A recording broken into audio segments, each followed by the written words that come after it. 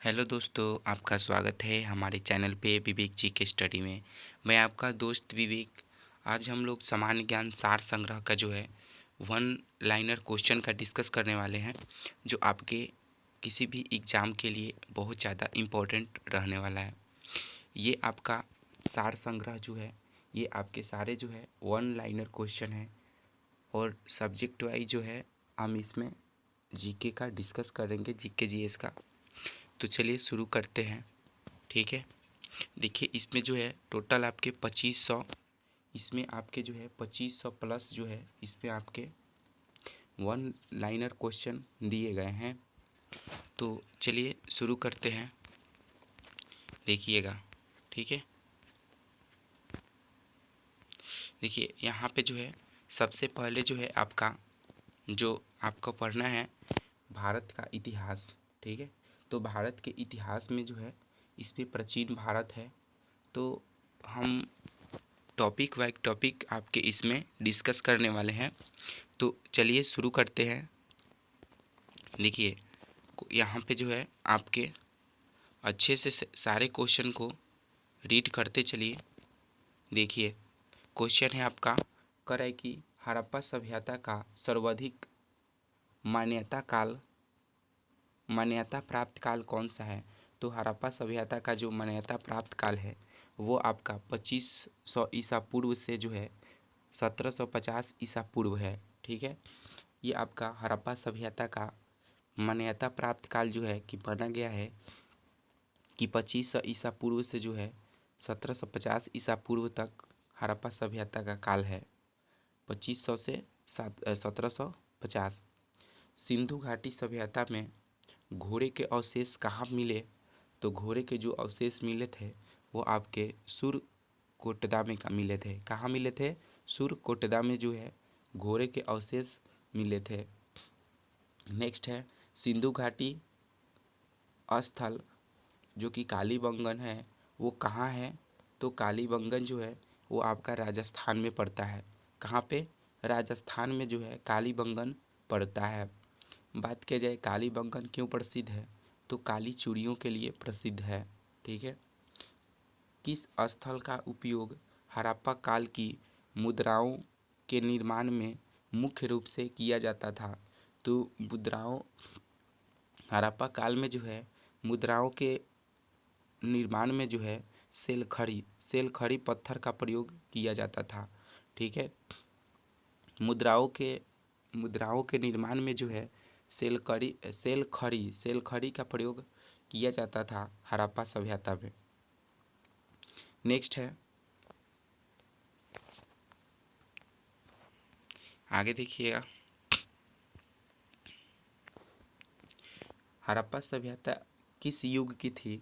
अगर क्वेश्चन पूछता है इस तरह से कि हड़प्पा सभ्यता किस युग की है, तो वो आपकी कांस्य युग की है। कौन सी सभ्यता है? कांस्य युगीन सभ्यता है, कांस्य युग की। सिंधु घाटी सभ्यता के लोगों का मुख्य व्यवसाय क्या था।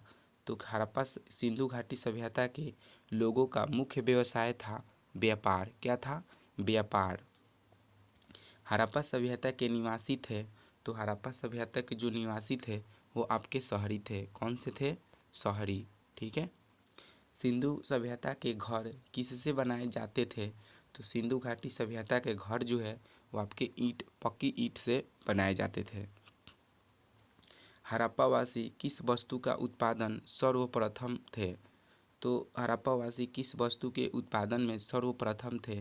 तो ये आपके कपास में जो है सर्वप्रथम माने जाते हैं। यानी सबसे पहले जो है वो कपास का उत्पादन किए थे। ठीक है, हड़प्पा सभ्यता का सर्वप्रथम खोजकर्ता कौन था। तो हड़प्पा सभ्यता का जो प्रथम खोजकर्ता था वो हमारे दयाराम साहनी। कौन किए थे? दयाराम साहनी जो है हड़प्पा सभ्यता का खोज दयाराम साहनी ने सर्वप्रथम किए थे। नेक्स्ट है, सिंधु सभ्यता का पतन नगर, इसको बंदरगाह कहा जाता है। तो पतन नगर बंदरगाह कौन सा है। तो सिंधु सभ्यता का बंदरगाह जो है लोथल है। कहाँ? लोथल। लोथल जो है आपका गुजरात में पड़ता है, गुजरात में। ठीक है, और इसका नाम चेंज कर दिया गया है। इस बंदरगाह का नाम चेंज करके रखा गया है दीनदयाल उपाध्याय। ठीक है, नेक्स्ट ये गुजरात में पड़ता है। ठीक है, इस तरह से भी क्वेश्चन पूछता है कि लोथल किस राज्य में पड़ता है, तो लोथल जो है आपका गुजरात राज्य में पड़ता है। नेक्स्ट देखिए आगे, पैमानों की खोज से यह सिद्ध किया गया कि सिंधु घाटी सभ्यता के लोग माप और तौल से परिचित थे। यह खोज कहाँ पर हुई थी, तो लोथल में हुई थी। ठीक है, माप तौल की खोज जो है वो आपके लोथल में ही हुई थी, क्योंकि ऑलरेडी वहाँ पे क्या है, बंदरगाह है, तो माप तौल तो निश्चित होती होगी। इसलिए जो है सिंधु घाटी सभ्यता से माप तौल से ये परिचित हुआ कि सिंधु घाटी सभ्यता के लोग जो है माप तौल भी किया करते थे। मोहनजोदड़ो को किस अन्य नाम से जाना जाता है, तो मोहनजोदड़ो को जो है ये आपके मृतकों का टीला, याद रखिएगा, मृतकों का टीला भी कहा जाता है। ठीक है, मोहनजोदड़ो को जो है मृतकों का टीला भी कहा जाता है। हड़प्पा सभ्यता का परिचित नाम सिंधु घाटी सभ्यता है। हड़प्पा सभ्यता का ही जो परिचित नाम है वो आपके सिंधु घाटी सभ्यता ही है। कपास का उत्पादन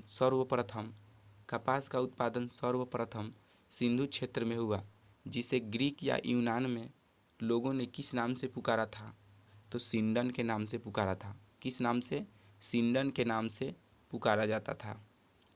क्वेश्चन है आपका, सिंधु घाटी सभ्यता जानी जाती है, तो सिंधु घाटी सभ्यता जो है किस नाम से जानी जाती है, तो अपने नगर नियोजन के लिए जो है जानी जाती है, अपने नगर नियोजन के लिए जानी जाती है सिंधु घाटी सभ्यता। नेक्स्ट क्वेश्चन आगे देखिए, कह रहा है कि भारत में खोजा गया सबसे पहला और पुराना शहर कौन सा है, तो सबसे पहला और पुराना शहर आपका हड़प्पा है। कौन सा, हड़प्पा। नेक्स्ट है, भारत में चांदी की उपलब्धता के प्राचीनतम साक्ष्य कहाँ मिले, तो चांदी के उपलब्धता के प्राचीनतम साक्ष्य जो है आपके हड़प्पा संस्कृति में मिले। कहाँ पे, हड़प्पा संस्कृति में जो है चांदी की प्राचीनतम साक्ष्य मिले थे। हड़प्पा में एक उन्नत जल प्रबंधन प्रणाली का पता कहाँ चला था, तो ये आपका जल प्रबंधन प्रणाली का जो पता है वो आपके धौलावीरा में पड़ा था। ठीक है, ये भी पूछता है कि धौलावीरा कहाँ पे है, तो धौलावीरा जो है आपके हरियाणा में पड़ता है। कहाँ पे, हरियाणा में पड़ता है। हड़प्पा सभ्यता की खोज किस वर्ष हुई थी, तो हड़प्पा सभ्यता की जो खोज है वो आपके 1921 में जो है सर्वप्रथम दयाराम साहनी ने हड़प्पा सभ्यता की खोज किए थे 1921 में। हड़प्पा के मिट्टी के बर्तनों पर सामान्यतः किस रंग का प्रयोग हुआ था, तो मिट्टी के जो है बर्तनों पर वो आपके लाल रंग का प्रयोग हुआ था। ठीक है, लाल रंग का प्रयोग हुआ था। नेक्स्ट है, आगे देखिए, सिंधु घाटी सभ्यता की विकसित अवस्था में किस स्थल से घरों में कुओं के अवशेष मिले, यानी कुआं के अवशेष कहाँ मिले थे, यानी मोहनजोदड़ो में। याद रखिएगा, सबसे पहले जो है अवशेष की बात किया जाए तो जल प्रबंधन प्रणाली धौलावीरा में। ठीक है, याद रखिएगा। और यहाँ पे जो है आपके कुओं के अवशेष मिले थे, ये आपके मोहनजोदड़ो में मिले थे। ठीक है, नेक्स्ट है, सिंधु घाटी सभ्यता को खोज निकालने में जिन दो भारतीयों का नाम जुड़ा है वो कौन है, तो आपके ये जो दो भारतीय थे इनका नाम जुड़ा है, ये आपका दयाराम साहनी और राखलदास बनर्जी। ये दयाराम साहनी जो है ये आपका 1921 में खोज किए थे और राखलदास बनर्जी 1922 में। ठीक है, 1922 में ये दो भारतीय हैं जो आपके हड़प्पा घाटी सिंधु घाटी सभ्यता की खोज किए थे। ठीक है, नेक्स्ट आगे देखिए,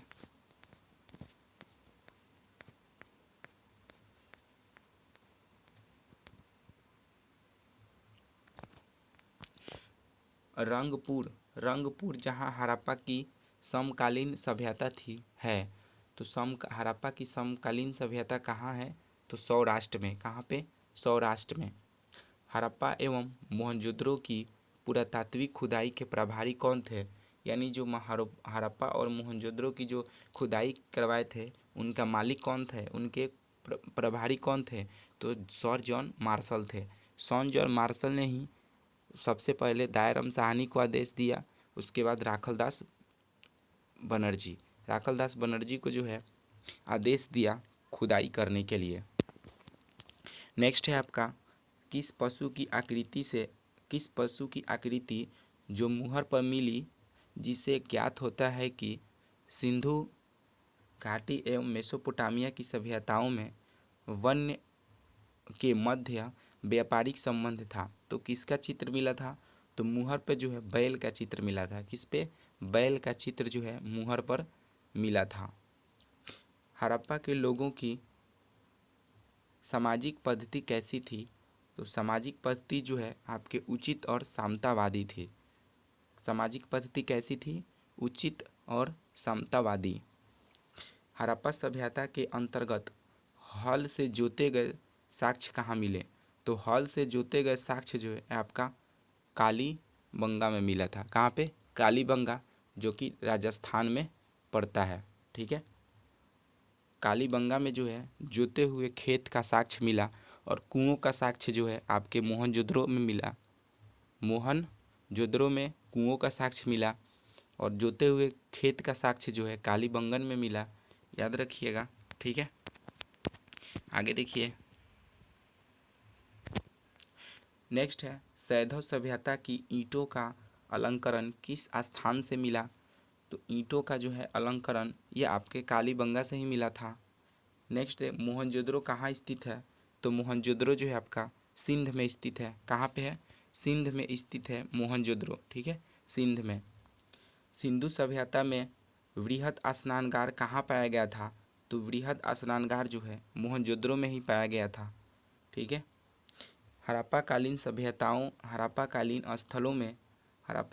स्थलों में अभी तक किस धातु की प्राप्ति नहीं हुई है? तो हड़प्पाकालीन स्थलों में अभी तक जो है लोहा की जो है खोज नहीं हुई है। ठीक है, लोहा धातु की प्राप्ति नहीं हुई है। ठीक है, आगे देखिए, किस पशु के अवशेष सिंधु घाटी सभ्यता में प्राप्त नहीं हुए?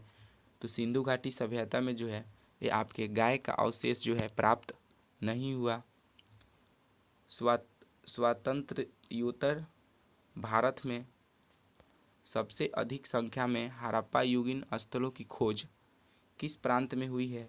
यानी गुजरात में जो है सबसे ज़्यादा जो है हड़प्पा सभ्यता युगीन स्थलों की खोज गुजरात में हुई है सबसे अधिक। ठीक है, नेक्स्ट देखिएगा, किस हड़प्पाकालीन स्थल से नृत्य वाली स्त्री की कांस्य मूर्ति मिली? तो नृत्य वाली कांस्य की मूर्ति जो है वो आपके मोहनजोदड़ो से मिली थी। कहाँ से? मोहनजोदड़ो से मिली थी। हड़प्पावासी किस धातु से परिचित नहीं थे? तो हड़प्पावासी जो है वो आपके लोहा से जो है परिचित नहीं थे। किस हड़प्पाकालीन स्थल से युगल सावधान का साक्ष्य मिला? तो युगल सावधान का साक्ष्य जो है लोथल से ही मिला था। मानव समाज विलक्षण है। तो मानव समाज जो विलक्षण है क्योंकि वह मुख्यतया आश्रित होता है। तो किस पे आश्रित होता है? तो संस्कृति पर आश्रित होता है। सिंधु सभ्यता संबंधित है। तो सिंधु सभ्यता किससे संबंधित है? तो आपके आधे ऐतिहासिक युग से जो है संबंधित है। सिंधु सभ्यता आधे ऐतिहासिक युग से संबंधित है। नेक्स्ट,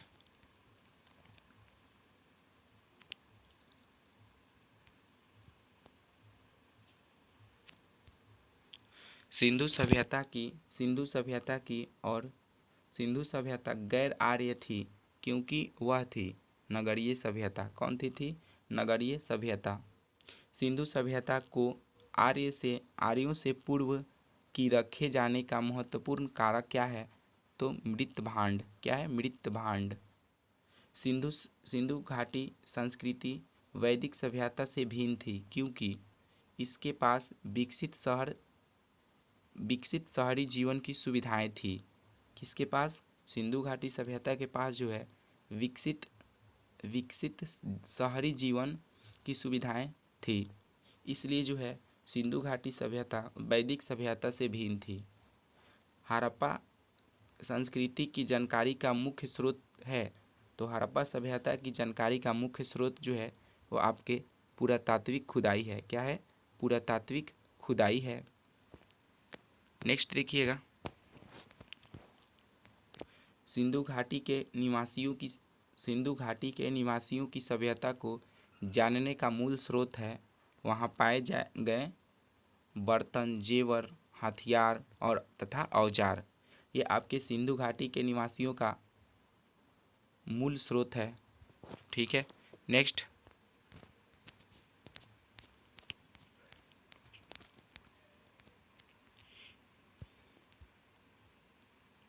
ये आपके परीक्षा के व्यू से जो है बहुत ज़्यादा इम्पोर्टेंट रहने वाला है। ठीक है। चलिए नेक्स्ट देखिएगा, भारत में चांदी की उपलब्धता के प्राचीनतम साक्ष्य कहाँ मिले? तो चांदी की उपलब्धता में प्राचीनतम साक्ष्य जो है ये आपके हड़प्पा संस्कृति में मिले थे। कहाँ पे? हड़प्पा संस्कृति में मिले थे। नेक्स्ट है, हड़प्पा में मिट्टी के बर्तनों का साक्ष्य, मिट्टी के बर्तनों पर सामान्यतः किस रंग का उपयोग हुआ था? तो मिट्टी के बर्तनों पे जो है लाल रंग का उपयोग हुआ था। मूर्ति पूजा का प्रारंभ कब से माना जाता है? तो मूर्ति पूजा का प्रारंभ जो है आरंभ पूर्व आर्य से माना जाता है। नेक्स्ट है, विशाल आसनागार किस पुरातत्व स्थल से पाया गया? तो ये मोहनजोदड़ो से पाया गया विशाल आसनागार। ठीक है। नेक्स्ट,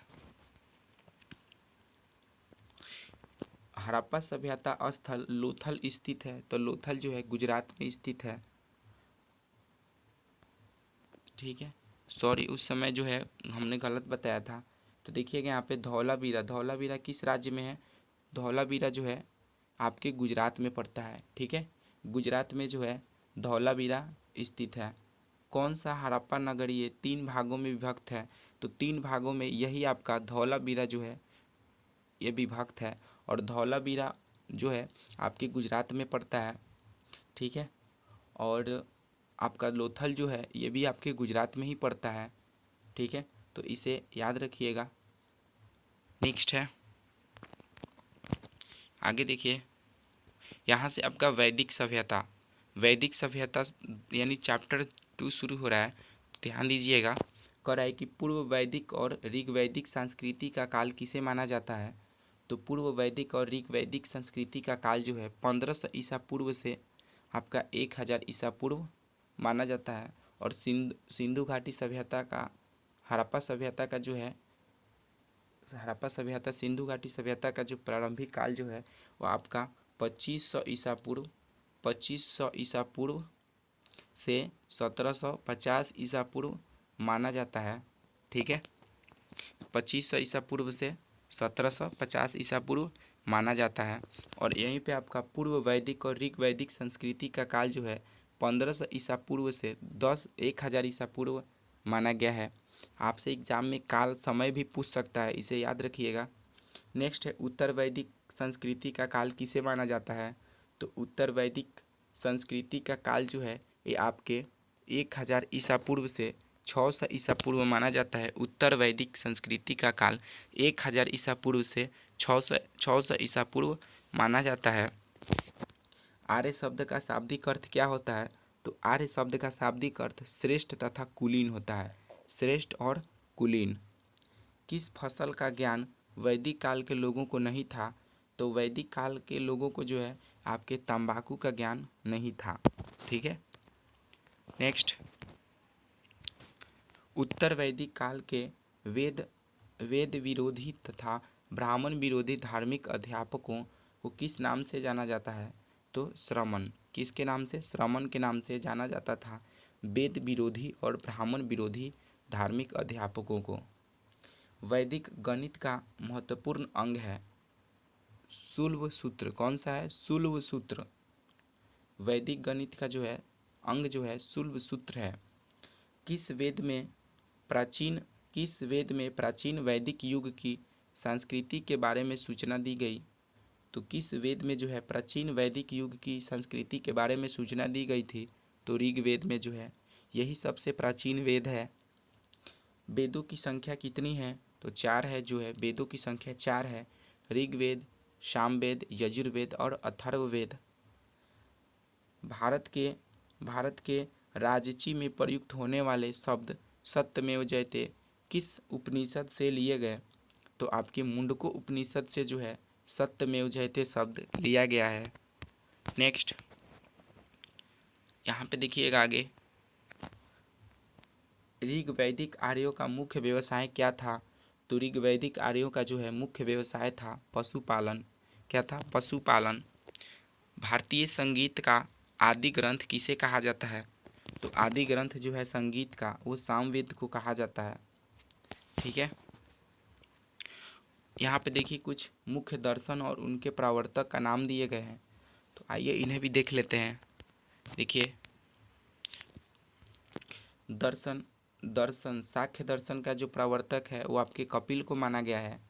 न्याय का दर्शन को जो है गौतम को माना गया है। किसको? गौतम को।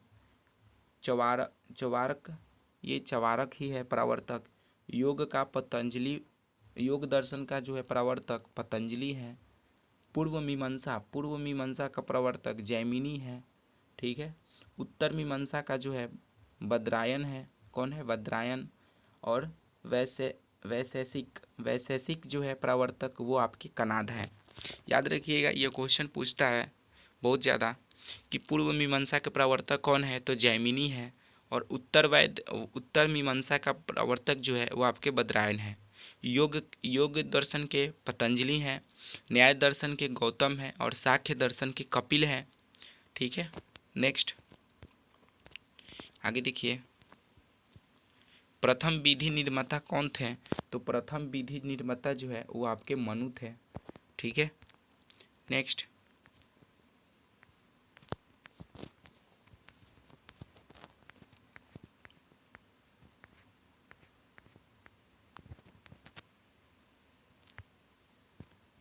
ध्यान दीजिएगा, ये सारे क्वेश्चन जो है एग्जाम के व्यू से बहुत ज़्यादा इम्पोर्टेंट रहने वाला है। सारे को अच्छे से याद करते चलना है।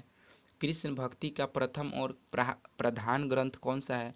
तो कृष्ण भक्ति का प्रथम और प्रधान ग्रंथ जो है श्रीमद् भागवत गीता है। ऋग्वेद में संपत्ति का प्रमुख रूप क्या है? गोधन है। संपत्ति का मुख्य रूप जो है गोधन है। ऋग्वेद में किस मंडल में शूद्र का उल्लेख पहली बार किया गया है? तो 10वें मंडल में है।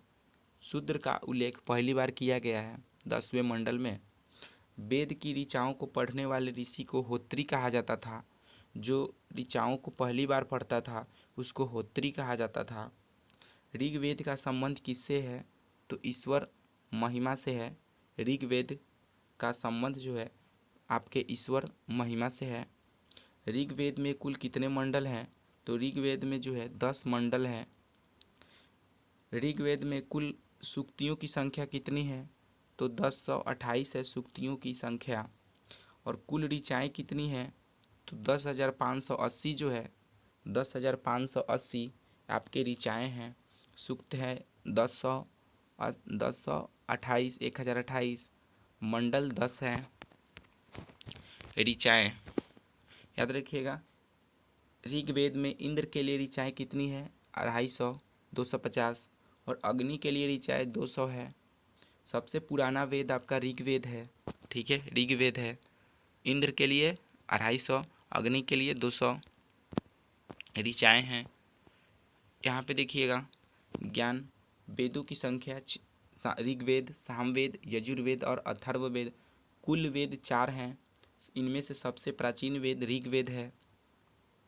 ज्ञान ऋग्वेद, यजुर्वेद और सामवेद को वेद त्रयी या त्रैवेद कहा गया है। यानी अथर्ववेद को हटा दिया गया है त्रैवेद से। तो ये क्वेश्चन पूछता है कि वेद त्रयी कितने हैं? तो आपके 3 हैं। ऋग्वेद है, यजुर्वेद है और सामवेद है। ठीक है, इम्पोर्टेंट है क्वेश्चन। नेक्स्ट है, किस वैदिक ग्रंथ में वर्ण शब्द का सर्वप्रथम नामोल्लेख मिलता है तो ऋग्वेद में जो है वर्ण शब्द का उल्लेख सर्वप्रथम मिलता है। भारत का सबसे प्राचीन ग्रंथ कौन सा है? तो भारत का सबसे प्राचीन ग्रंथ जो है वेद है। कौन सा है? वेद है। अथर्व का अर्थ क्या है? तो पवित्र जादू है। अथर्व का अर्थ जो है पवित्र जादू है। नेक्स्ट देखिए यहाँ पे पूर्व मीमांसा दर्शन के प्रतिपादक कौन है? तो जैमिनी है। और उत्तर मीमांसा के दर्शन के प्रवर्तक जो हैं वो आपके वज्रायन हैं। ठीक है। सबसे प्राचीन पुराण कौन सा है? मत्स्य पुराण है। ठीक है। ब्राह्मण ग्रंथों में सबसे प्राचीन ग्रंथ कौन सा है? तो शतपथ ब्राह्मण ग्रंथ। शतपथ ब्राह्मण ग्रंथ सबसे प्राचीन ग्रंथ है। वर्ण व्यवस्था से संबंधित पुरुष सूक्त मूलतः पाया जाता है तो ऋग्वेद में जो है पुरुष सूक्त पाया जाता है। गोपथ ब्राह्मण संबंधित है अथर्ववेद से। जो है गोपथ ब्राह्मण संबंधित है अथर्ववेद से। उपनिषदों का मुख्य विषय क्या है? तो दर्शन है। उपनिषदों का मुख्य विषय दर्शन है। ठीक है। नेक्स्ट है नचिकेता आख्यान का उल्लेख किसमें मिलता है? तो नचिकेता आख्यान का उल्लेख जो है नचिकेता का बात का संवाद जो है आपके कठोपनिषद में मिलता है। पुराणों की संख्या कितनी है? तो 18 है। और सबसे प्राचीन पुराण जो है आपके मत्स्य पुराण है। वैदिक धर्म का मुख्य लक्षण किसकी उपासना से था? तो वैदिक धर्म का मुख्य लक्षण जो है वो आपके प्राकृतिक की उपासना से संबंधित था। किस देवता के लिए ऋग्वेद में पुरंदर शब्द का प्रयोग हुआ है? तो ऋग्वेद में जो है पुरंदर शब्द का प्रयोग इंद्र के लिए हुआ है। ठीक है। शुल्ब सूत्र किस विषय से संबंधित है? पुस्तक है। तो जैमिति से संबंधित है शुल्ब सूत्र। अस्तो माँ सदगमय कहाँ से लिया गया है? तो ऋग्वेद से लिया गया है। अस्तो माँ सदगमय ऋग्वेद से लिया गया है। आर्य भारत में आए और सर्वप्रथम कहाँ बसे थे? तो आर्य जो है सबसे पहले आए और सबसे ज़्यादा जो है सबसे पहले पंजाब में बसे थे और सबसे ज़्यादा भी वहीं पे रहे थे पंजाब में आर्य। याद रखिएगा। नेक्स्ट है ऋग्वेद का 9वां मंडल जो है पूर्णतः सोम को समर्पित है। तो 9वां मंडल किस देवता को समर्पित है? ऋग्वेद में सोम देवता को समर्पित है। प्रसिद्ध 10 राजाओं का युद्ध जिसे दशहराज युद्ध के नाम से जाना जाता है किस नदी के तट पर लड़ा गया था? तो परुशनी नदी के तट पर लड़ा गया था। धर्मशास्त्रों में भू राजस्व की दर क्या है? 1/6 है भू राजस्व का दर। 800 ईसा पूर्व से 600 ईसा पूर्व का काल किस युग से जुड़ा है? तो ब्राह्मण युग से जुड़ा है। 800 ईसा पूर्व से 600 ईसा पूर्व का जो युग है आपके ब्राह्मण युग से जुड़ा हुआ है। आरंभिक वैदिक साहित्य में सर्वाधिक वर्णित नदी कौन सी है? तो आरंभिक वैदिक साहित्य में सर्वाधिक वर्णित नदी सिंधु नदी है। ये आपके सिंध में पड़ती है। नेक्स्ट है तो वीडियो कैसा लगा आप ज़रूर कमेंट कीजिए। ठीक है। हम लोग इसी तरह जो है एक एक वीडियो का डिस्कस करेंगे 2-2 पेज का। ठीक है। सारे क्वेश्चन एक आपके एग्ज़ाम के व्यू से बहुत ज़्यादा इम्पोर्टेंट रहने वाला है। आप एसएससी जीडी या एमटीएस या एनटीपीसी कोई भी जॉब का तैयारी कर रहे हैं तो आपके लिए बहुत ज़्यादा इम्पोर्टेंट रहने वाला है। Thank you.